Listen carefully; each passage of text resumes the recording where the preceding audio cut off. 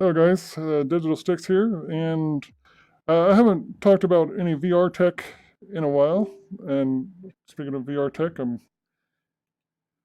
navigating some right now. I want to talk about the Oculus Quest today, and I don't get into official reviews. There's enough people doing reviews that I'd talk about more practical, personal things that stand out to me.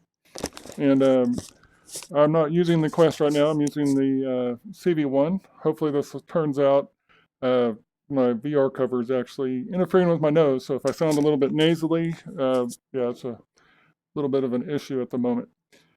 So I actually started this as a Reddit post, and I don't know where the idea to make this post came from or what motivated me to go on and on and on. But I realized after a point it was a ridiculously long statement, not quite a rant. I think I was making sensible points, but I think it deserves a little bit more attention than that, and it's also out of place as a Reddit post. It's just crazy. I mean, I was practically writing a book on the Quest.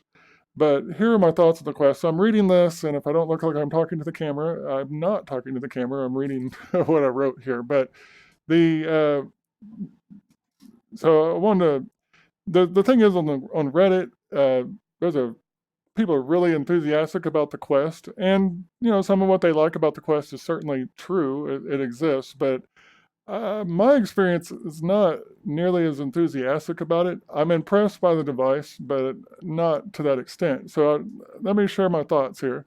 And it's good food for thought for somebody considering a Quest or what you're hoping the Quest accomplishes for VR or what have you. And so the Quest is uncomfortable as hell. I get lousy tracking that makes Expert Plus Beat Saber on Quest a complete waste of time, which I might not know if not for mastering the same maps on PC.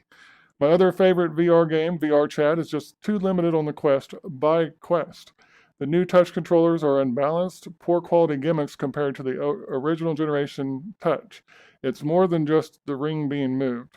As for the coming hybrid option, I smack my HMND playing Beat Saber on Quest much more than on my PC. I would not want to risk the USB-C port on my $500 Quest to pretty much any game that could not be played well enough through the wireless streaming options that already exist.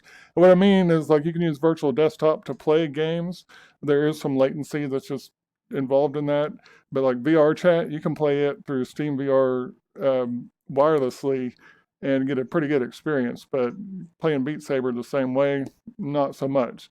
So in a game, basically, on a game that I would actually want to play direct on PC, a lot of those are rapid movement games where latency matters, and I don't want to risk that cable on the side of a headset to play that game. So that's a big concern of mine. Okay, so finally, when we buy an Oculus product, we're actually only renting the ability to be an Oculus customer. We aren't actually buying a headset that we are free to play in VR with. I find that 90% of my use of VR involves using Steam VR and workarounds for Oculus limitations. 99%, I think it's, or 90% of my VR involves using Steam VR. 99% of my VR use is on my PC because my CV1 tracking is reliable and ready to rock from one session to the next. I picked this up and I'm ready to go. I don't have to worry about whether my lighting has changed my tracking or anything like that. Um, Even if it were a pain to set up initially, and it was, 2 hours of battery life just isn't quite enough for a session. That's the Quest. It claims it can have up to 3 hours. I think it feels like I'm only getting 2 on average. By the time I decide on a game or a show, or maybe want to try a little Beat Saber before jumping into a movie, etc., I don't have enough battery life left to watch a movie. So it has sounded nice to have the option to use VR upstairs for a movie before bed, unless I get straight to it, I better be tethered by a short leash to a wall outlet. And that's true. That's my experience. Anytime I've decided to play with the Quest, it's usually involved, the situations that make the Quest interesting, where I would count on it.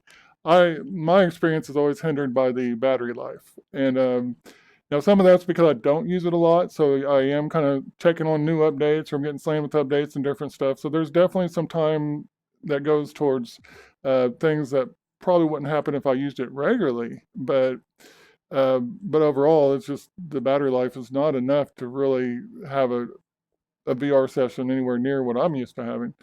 Now, the Quest is an impressive device. The PC tether will add value for some, for sure, but overall, the Quest still has limited VR to brief experiences. Semi-stressful resource, battery life management, and above all else, the damn thing hurts to wear for a long time anyways. And it does. There's people that have workarounds, but I've heard people say that even doing those workarounds, while it makes it better, doesn't make it comfortable compared to other headsets.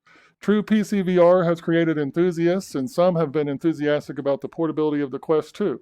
But Quest as an introduction to VR will leave the general public who tried Gear VR and Cardboard that's Google Cardboard, thinking that they have been fooled twice.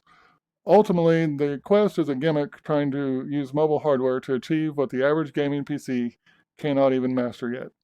It is impressive. I gotta give it that. It's impressive for what it can do with what it's doing it with, but it is not ready to be the device that they're selling it as. They may have the right idea with mobile VR, but technology just isn't there yet, especially for a $400 price point. People are wowed when their first 6 degree of freedom experience is on a Quest. They might even be compelled and excited to buy one, but the nuisance of short battery life coupled with discomfort and facial disfiguration, it literally leaves creases on your face after a session, after each use will cause it to sit in storage before long for most. I think it's a great device on many levels. I'm still happy to have mine, and it remains available for its original purpose, which was using virtual desktop with a non-VR capable PC. But I don't think the Quest is going to take VR mainstream. I think it will reinforce the perception of VR as an expensive novelty. In fact, Oculus is managing to add more novelty, but game devs have already maxed out its gaming potential on launch titles with only a few creative ways to optimize or new software optimizations available to wring out anything more. In other words, they're not going to get any extra performance. Everything, even the new improvements to pass through and the hand track, all of that is finding more efficient ways to do things with the existing hardware, which they will do to some degree, and that may be a benefit to software across the board by learning to be more efficient, but at the same time, the odds that they wring out so much that it ever competes with a PC are really questionable. I think yesterday's VR games sell future VR simply by trading fidelity and comfort for a wireless device. That is what the Quest plays. Yesterday's games. We are impressed it can pull them off as well as it can, but truly we have been there and played those too. It's true. I mean, wow, I can play Beat Saber, but we've been playing Beat Saber for how long? It was for a full year before the Quest even came out, or longer than that, I think. I think Reddit is capturing the hype and not the fade. It's the reverse of the norm of saying nothing if a product is good and blasting negative reviews if something is wrong. First impressions from a Quest are fun and exciting, but when reality sets in, the device just fades away in its storage case that hopefully everyone buys, and there is no cause for a negative review or shitpost. They have just been there and done that. Or as they say, you get what you pay for. With the Quest, you can skip a PC and get into VR, but there are reasons why most still don't. There are reasons why some have $1,500 PCs and still spend $1,000 on a Valve Index. And by comparison, the Quest is 1/5 the cost and 1/5 the experience over time. I have had, excuse me, guys.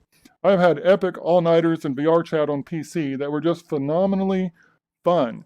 By comparison, I have managed a few enjoyable chats using VR chat on Quest, and even if the fun started to compare, battery life would send me to bed or to a chair by an outlet. Somebody new to VR would think VR chat on Quest was neat, but if they could play all night on a good PC, they would be buying their own PC setup as soon as possible. Facebook has taken Oculus from serious VR into an eager quest for a profitable gimmick, throwing a self-serving curve into the way technology usually progressive. Ironically, the company that is ridiculously strict about curation for apps in its store no longer has the same standard for the devices it creates. The CV1 was a very solid, that's the first Rift, the original Rift, was a very solid first generation device, and they traded version 2, they traded the producing of version 2 for mass appeal gimmicks. The hype will fade, and I think the end result of Quest and Rift S will be the stagnation of VR, not mass adoption. That's what happens when you sidestep, and I've got in parentheses the S in Rift S, on a Quest to lock in users to your ecosystem where true innovators would have been producing a second generation of VR. And that's what I think has happened here. VR has challenges. Uh, it's cutting edge technology. It's a whole new medium made possible by technology, but we're creating it and embarking on it while technology is basically barely reached the ability to do it even halfway right. It's a good experience if you go ahead and invest in the technology that's capable of doing it right now, which is actually a solid gaming PC and a good quality PC VR headset. That's the way to do VR in a way that is the VR that people are experiencing that they wish other people could understand and relate to and try out. That's the VR that everyone's thinking if people only understood what this was, more people would be doing this. It is expensive to get into, but it's a good quality investment. If you compare what you spend on other hobbies and other devices for entertainment and so many other things that VR can actually replace or take up the time for, uh, it's a good investment. The enjoyment returned for the money is hard to beat, honestly. But that is through a decent gaming PC and a decent PC headset so that you can have a comfortable experience that can last as long as you're into it. For some people, they can only handle it for short periods of time, but other people, a 3 or 4 hour session is probably going to be on average or what have you. Um, I don't have a lot of time available for VR these days, but when I do, like if I do get an evening where I can play VR chat or something, it'll usually be on a day where I have the next day off or whatever. And I might get carried away, but I can easily have a 6 hour session in VR chat or longer.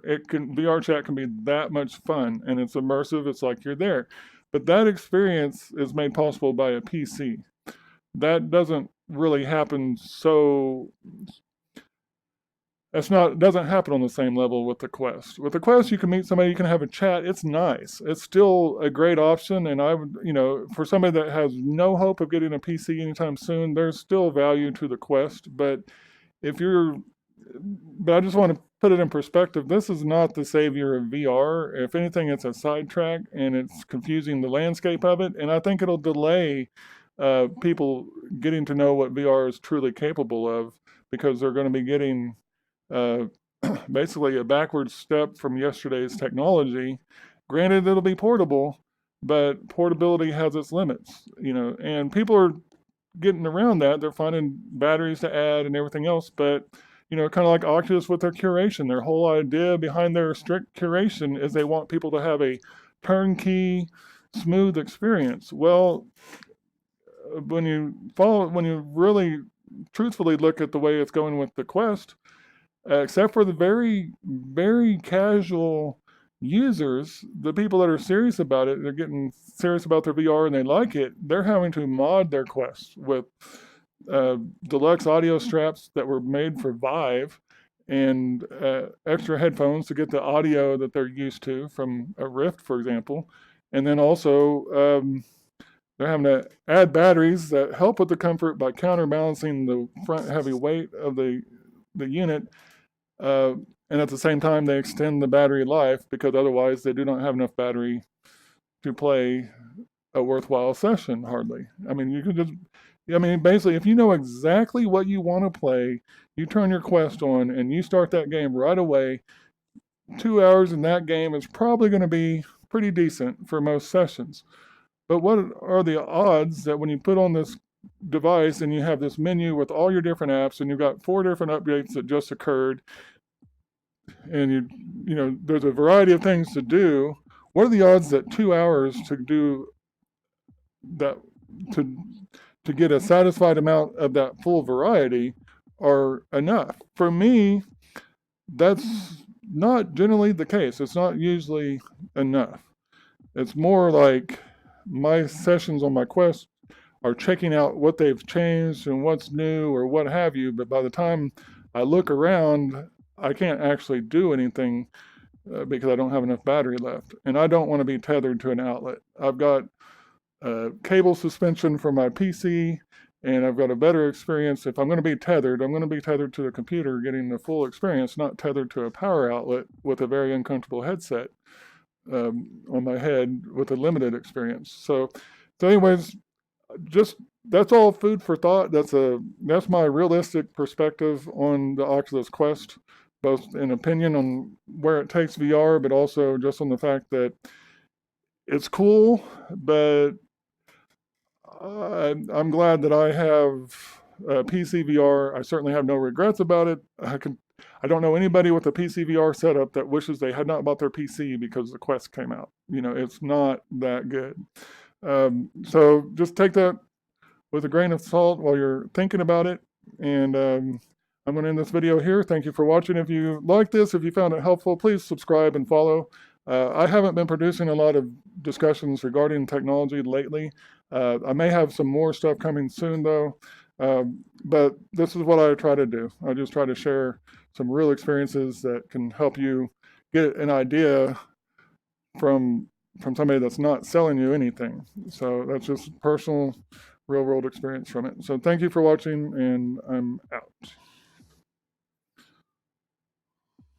I'm out as soon as I remember what I'm doing here.